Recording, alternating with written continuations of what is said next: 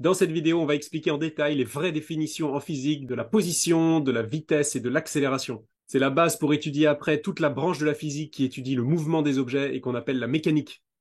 Alors j'ai une mauvaise nouvelle pour commencer, c'est que ces trois grandeurs sont des vecteurs. Ces vecteurs en général possèdent trois composantes. Pourquoi? Parce que dans le cas le plus général, on va étudier un mouvement en trois dimensions dans l'espace. Et la position d'un objet au cours du temps sera repérée dans un repère avec trois axes x, y, z et un point origine O. Ce qu'on veut étudier en mécanique, c'est la trajectoire d'un objet au cours du temps. L'objet va se déplacer dans cet espace à trois dimensions, et la position de l'objet à chaque instant sera représentée par un point qu'on appelle souvent le point M.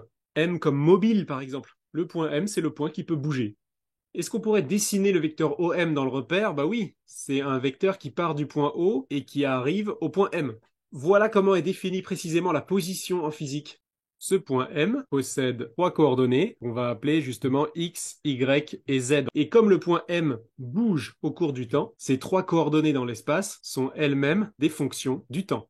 Maintenant, petit rappel de maths. Vous vous souvenez que pour un vecteur AB, les composantes peuvent se calculer assez facilement à partir des coordonnées des points A et B. Ben ici, on va appliquer la même chose pour le vecteur OM. Maintenant, on peut simplifier parce que le point O, c'est l'origine du repère, donc ses coordonnées, ça va être 0, 0 et 0. Il nous reste simplement les coordonnées du point M. On les note pas forcément XM, YM et ZM, mais tout simplement X, Y et Z. Donc on comprend maintenant pourquoi les coordonnées du vecteur OM, c'est tout simplement X, Y et Z. Et on n'oublie pas que tout ça, ça dépend du temps. Ce sont des fonctions du temps.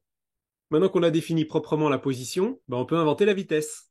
Comment a-t-on défini précisément la vitesse et l'accélération en physique? Eh bien la vitesse, c'est la dérivée par rapport au temps de la position. Et l'accélération, c'est la dérivée par rapport au temps de la vitesse. Pour passer d'une grandeur à l'autre, il faudra faire soit des dérivées, soit l'opération réciproque de la dérivée en maths. C'est ce qu'on appelle une primitive, et on découvre ça en terminale. Par exemple, si vous connaissez l'accélération d'un objet, vous pouvez en déduire sa vitesse en faisant une primitive. Et si vous faites une deuxième primitive sur la vitesse, vous obtenez la position de l'objet.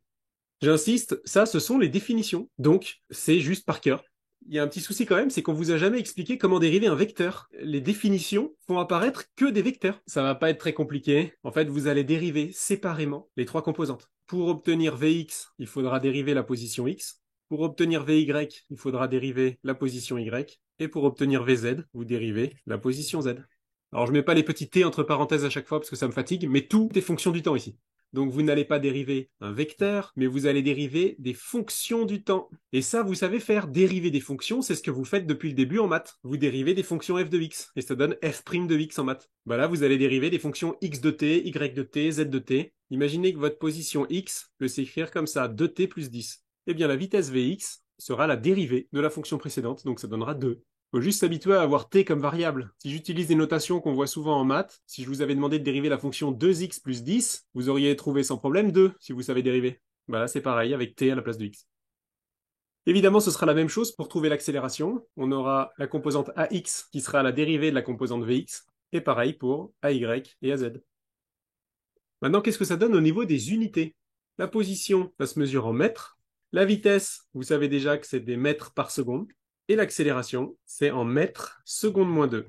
Sachez que tout peut se retrouver par analyse dimensionnelle. Regardez à droite, vous allez dériver une position x en mètres par rapport au temps qui est en secondes. En fait, du point de vue des unités ou des dimensions en physique, le petit d de dérivée ne change absolument rien. Donc dx a la même unité que x et dt a la même unité que t le temps. En fait, le petit d de dérivée signifie qu'on est en train de parler d'une toute petite variation de x ou une toute petite variation de temps. Mais une variation de temps, ça se compte en secondes, exactement comme un temps. Donc on obtient des mètres divisés par des secondes, ça donne bien des mètres seconde moins 1. Et on peut retrouver de la même manière l'accélération. Vous avez au numérateur la dérivée d'une vitesse, qui a donc la même unité qu'une vitesse, des mètres seconde moins 1. On divise ça par un temps qui est en secondes. Ça donne des mètres par seconde encore divisé par des secondes, ça fait des mètres divisés par des secondes au carré, donc mètres seconde moins 2.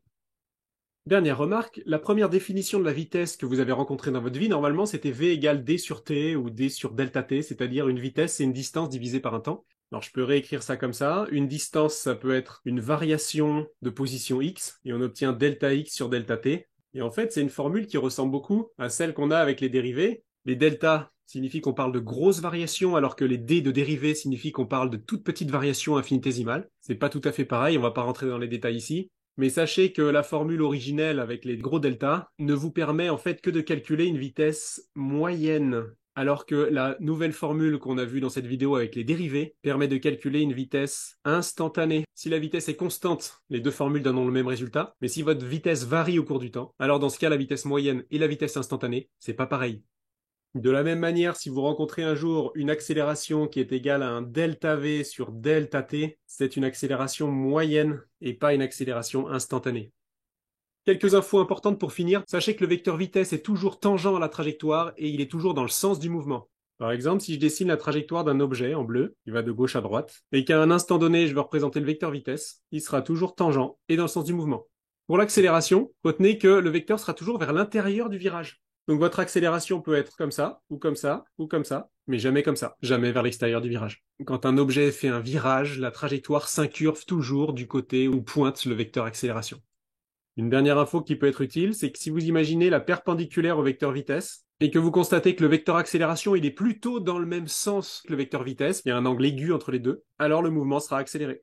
Si au contraire l'accélération est plutôt à l'envers de la vitesse, le mouvement sera ralenti. Et le cas intermédiaire, si l'accélération est parfaitement à angle droit avec la vitesse reste constante, le mouvement est uniforme. Ça s'applique aussi à une trajectoire rectiligne. Si l'accélération est dans le même sens que la vitesse, le mouvement est accéléré. Et si l'accélération est à l'envers de la vitesse, le mouvement est ralenti.